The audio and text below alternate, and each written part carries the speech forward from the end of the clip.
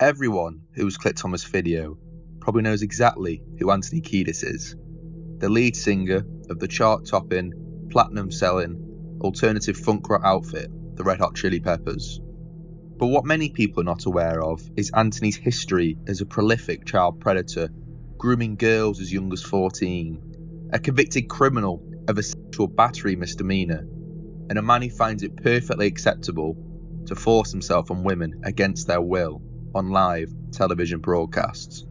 He is a truly sickening individual.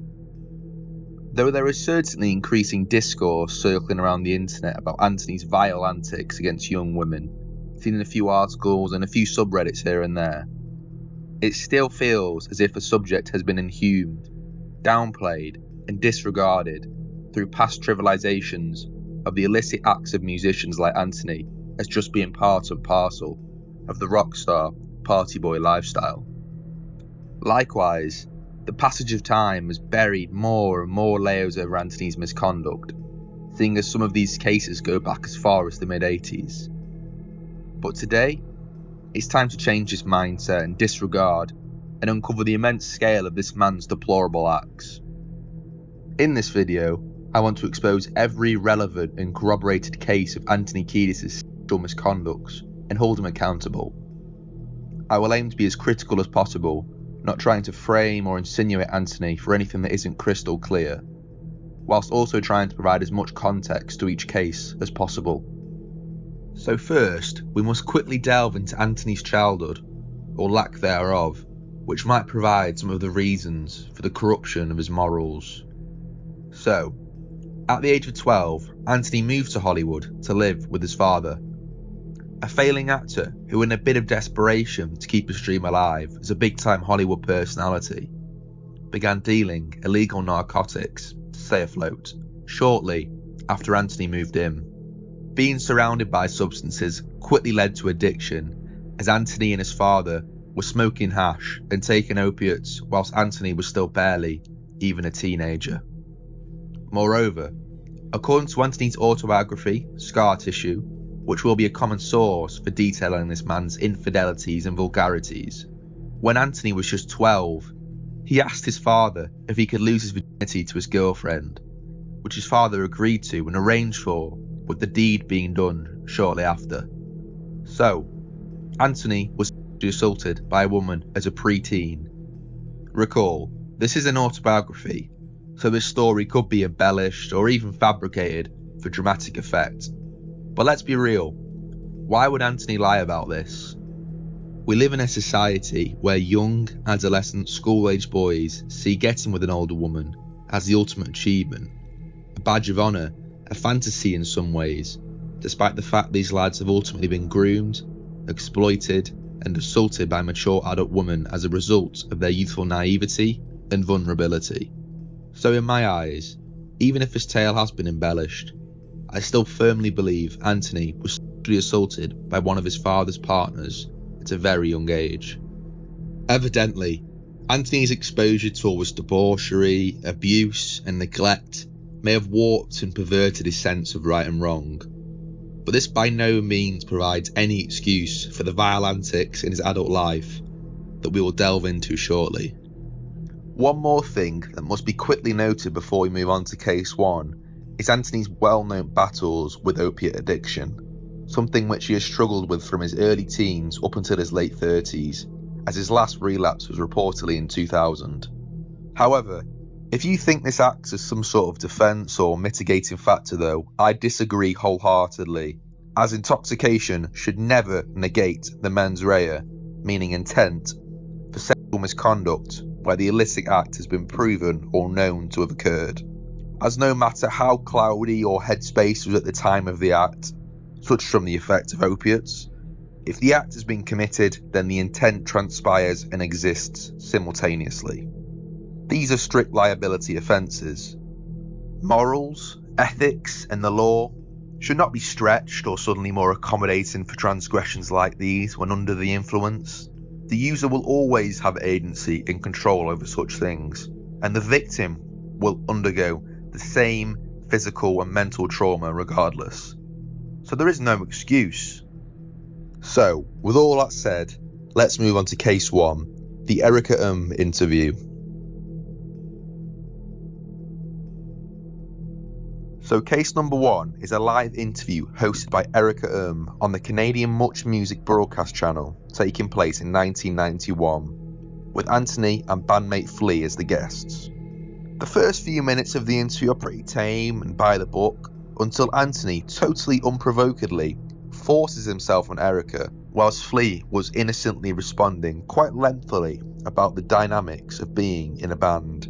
Chili Peppers have been together for almost 9 years now, and it's like we travel all around the world all together, and we do this thing that we worked on and created and built, and we're all together all the time doing this thing. Yeah, and it's difficult too, because when you're with somebody like that all the time, it's just like living with a family, with brothers or sisters or whatever. When you're all together, sometimes you want to throw a vacuum cleaner at them, Except that you have the added pressure of the whole world watching every move that you're making. Back off, baby. Just getting the little kiss. The teeniest kiss besides. Yeah. Oh, God. All right, this is a little kiss. Clearly here, she tells him to back off and says no several times, until she gives up on her protests and sits there awkwardly whilst Anthony plants a kiss on her. He goes on to say that, Told me before the interview if I didn't kiss her that she would not come and see us play tonight, so. which even if it were the case, which I honestly doubt, it is patently obvious that she did not want to be kissed by her body language and strong objections. This is sexual assault. It is clear that this was non-consensual and unwanted, and that the act is intentional and of a sexual nature. I also feel Flea, the bandmate, is somewhat responsible for not holding Anthony even slightly accountable here. Erica's professionalism must be admired though, to even carry on with the interview after this, which was further marked by some inappropriate comments about herself as the interview continued. After a commercial break, Erica asked the band, Do you have any other Canadian connections with the band? With the band? Yep. Well, I think we made one with you now. I'm going to tell you a little secret about Erica. She shaves her pubic hair into a mohawk. Erica has also since gone on to discuss her negative experiences with the Chili Peppers, and Anthony in particular, such as in this LinkedIn post where she discusses her and her female colleagues' poor treatment at Much Music, with the clip of the unwanted kiss from Anthony being at the forefront of her post. The James Well radio show was a late-night British comedy talk show on ITV, which occasionally featured Cleo Rokos, a comedy actress and TV personality who acted as James's sort of sidekick. The show also featured live performances from bands, and on a June 1990 broadcast, the Chili Peppers were chosen to perform on the show. From the available footage here, Cleo is first awkwardly pushed onto a sofa by Red Hot Chili Peppers drummer Chad Smith after he danced with her. Strange antics, but it does seem fairly playful, so I'll give it a pass. But after this is where the band's and Anthony's behaviour in particular becomes grossly inappropriate. Anthony begins crawling across the floor and bullishly starts to stick his face up Cleo's dress, while she looks visibly distraught as lead guitarist John Frusciante is also rubbing his hands through her hair. Anthony then starts kissing her shoulders and arms and breasts as Cleo is looking visibly distressed at the whole situation, whilst frantically trying to hold her dress up. Chad Smith then starts kissing, or at least pretending to kiss her neck, with the most sad part of this being where she cries out, "Back next week, what's happening?" as the show goes off the air. This clip right here is one of the most repulsive harassments of a woman I've ever seen on a mainstream television broadcast. And though his bandmates are certainly complicit here in this attack on Cleo, Anthony is still by far the principal offender. I do honestly believe the band think this is just a joke, but the moral boundaries they cross here are unforgivable, tasteless, inappropriate, and downright disgusting. And for all the bystanders on the show sitting down, watching on and doing nothing about the situation is pretty disheartening. What sort of a man are you to sit there and be an ableist for this type of behaviour? At the judicial level, records show that Anthony has been found guilty of a sexual offence at least one time, as in 1989, during the Mother's Milk Tour, he was convicted of sexual battery after a show at George Mason University, after he exposed himself and touched his crotch to a woman's face against her will. Even an unconfirmed member of the band said he made an encouraging statement around the incident. He was also convicted of indecent exposure and was fined $1,000 on each misdemeanor charge. Anthony claimed that the incident was blown way out of proportion by both the media and the prosecution immediately after, and that it was a playful thing that happened backstage. There was never any harmful intention, he added.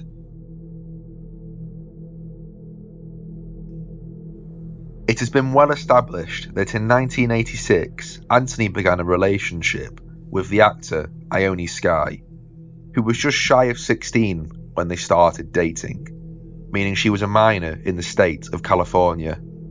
At the time they got together, Anthony was around 24, making an already unlawful underage relationship even more predatory, and they ended up staying together for several years.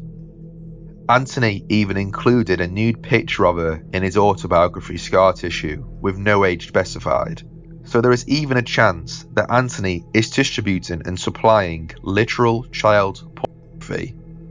Grim. In his book, Anthony has this to say about her. Quote, "From the moment I laid eyes on her, I knew she was going to be my girlfriend. It was a few days before her 16th birthday. She has long, flowing, curly brunette hair and a large, beautiful, flirtatious rack and an overbite." Anthony also describes her as being very sexually curious, but at that age, it worked for him.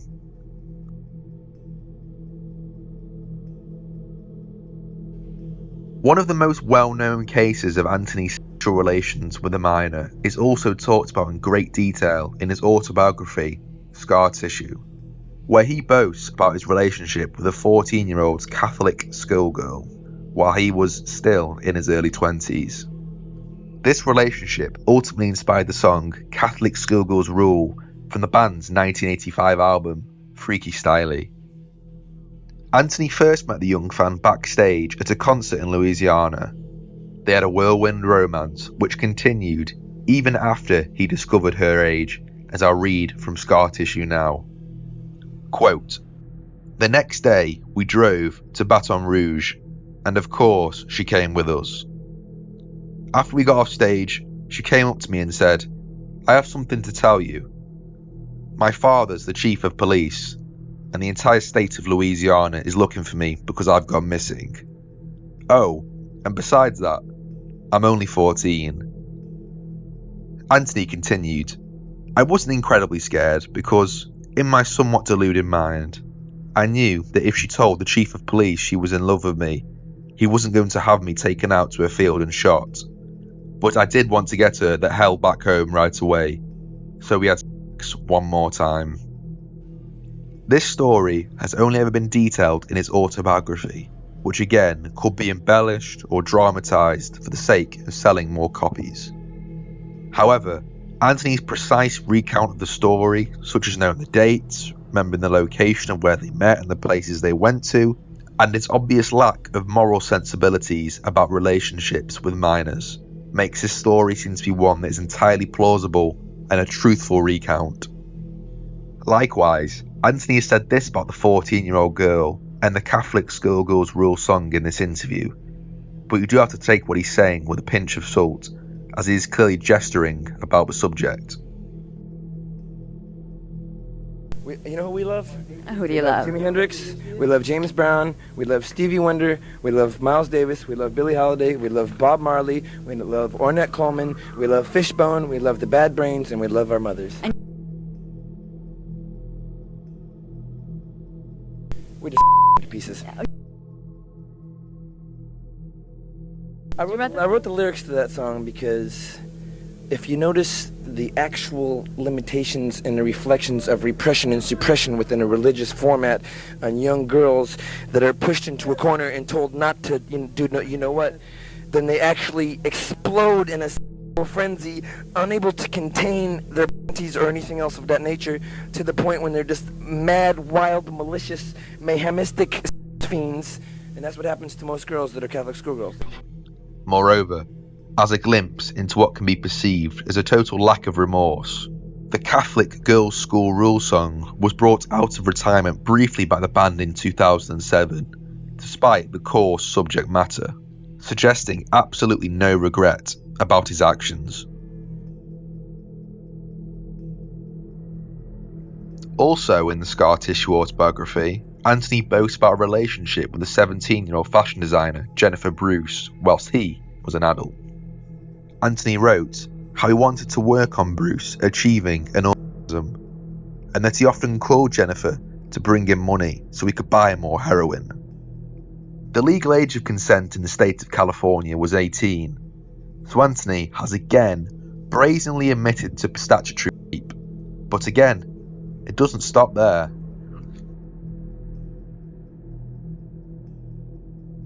Again in scar tissue, Anthony describes in visceral detail his lust and eventual relations with an underage Jaime Richard in 1994, who was just 17 at the time, whilst Anthony was 32. When meeting Richard at a restaurant, he expected her to be available to him and was irritated when she acted aloof. He contemplated that she was maybe too young, but then backed off that notion and initiated a sexual relationship the next day, writing that, quote, "She rocked me in a way that I hadn't thought possible by a person her age, 17. There was some very adult behaviour taking place." The audacity and narcissism of these words, it is abominable.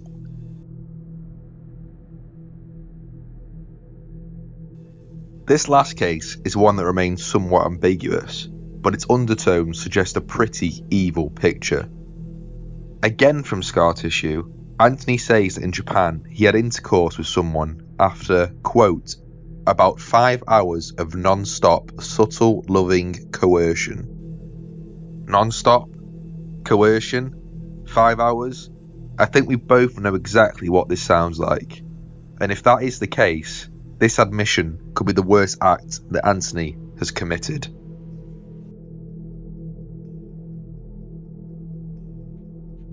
Anthony Kiedis is conclusively a predator. A man who has shown himself multiple times to force himself on women, sexually assault fans, and engage in unlawful relations with minors as a fully grown adult, with absolutely zero remorse. I doubt Anthony's antics end here though, as just by a few searches you can easily find some more unverified stories about Anthony's predatory behaviour. But given the gravity of these allegations, to corroborate them as at least somewhat factual could be seen as libelous, so I can't include them. His fellow bandmates should also be held accountable for enabling his behaviour, doing seemingly nothing to prevent Anthony's perverse incessance. In fact, the other 3 members are no saints themselves when it comes to behaving how a normal human being should do around young women. In 1990, Flea and Chad both pleaded guilty to sexual battery acts and were forced to pay out $6,300 in total to a 20-year-old female fan after an altercation at an MTV beach show in Daytona. According to rangers present at the scene, Flea leaped off stage onto the sand where a woman was dancing. He picked the woman up and swung her around on his shoulder. Flea and Chad then spanked her and tried to peel off her swimsuit bottom. The woman fell to the sand and Flea knelt on her legs, yelling at her to perform a sex act.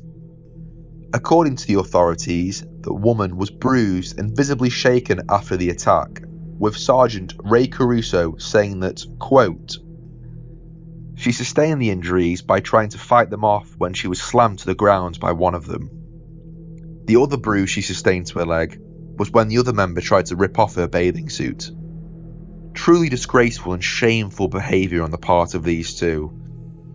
John Frusciante doesn't necessarily escape the wrong-un tag either, seeing as in 2002, he started dating Stella Schnabel officially the same month she turned 18, whilst he was 31 at the time. Stella's father designed the cover for the By the Way album, and she was in fact the cover girl. However, Frusciante started dating her for a year prior to the album's release, suggesting that the band must have met her father through Stella rather than the other way around. So it is almost inevitable that Frusciante first met her when she was still a minor. Whether Frusciante acted unlawfully with Stella is not black and white here though, so take of this what you will. These lots are clearly a bunch of creeps, with Anthony being by far the worst of them all. Now, it's your choice to keep listening to them, as incredibly bang average as they are. But remember whose multi-millionaire's pockets you're lining every time you stream one of their songs, buy one of their records, or purchase any of their merch. Thank you for watching.